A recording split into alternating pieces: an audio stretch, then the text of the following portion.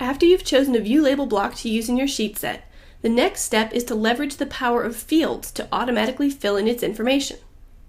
I'm going to assume here that you're already moderately familiar with block attributes and fields. If you're not, you should still be able to follow along, but a little more research wouldn't hurt either. The first step is to open the drawing containing your view label block definition. In my case, it's the sheet template file.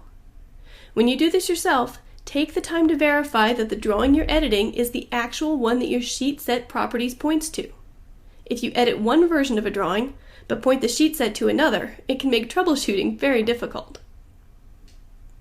I'll insert an instance of my view label block so I can see what I'm working with. One way to edit an attribute value is just to double-click on the block.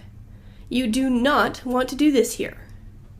This way, you're just editing this instance of the block.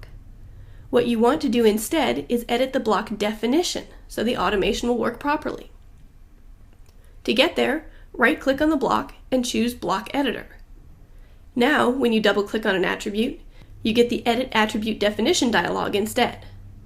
Just to be clear, when you're setting up sheet set automation, this dialog is bad. This one is good.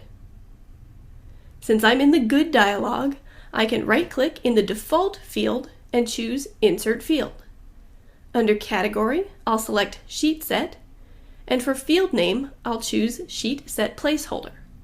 A placeholder field is one that you use when the information you're referencing doesn't exist yet, but will be defined when you insert the block. Since I'm editing the View Number attribute, that's the field I'll pick, and choose OK. There's one more thing to do before I'm finished with this attribute. I need to go to the Properties palette and change Preset to Yes. This will prevent AutoCAD LT from prompting you for a value when you insert the block. You don't need the prompt, since the field will automatically pull in the right information.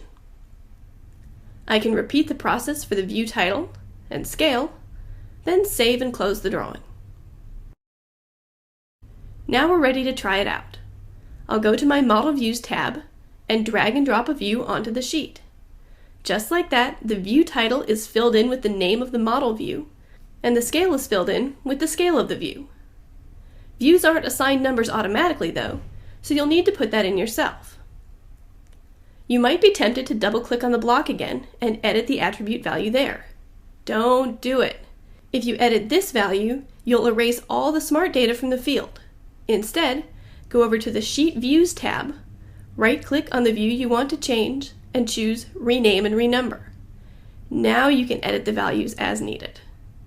It may take a little getting used to, but in the long run, editing field data only through the Sheet Set Manager will make your life easier. Sheet set data can be used in far more places than attribute values can, and in the next video, I'll show you another example.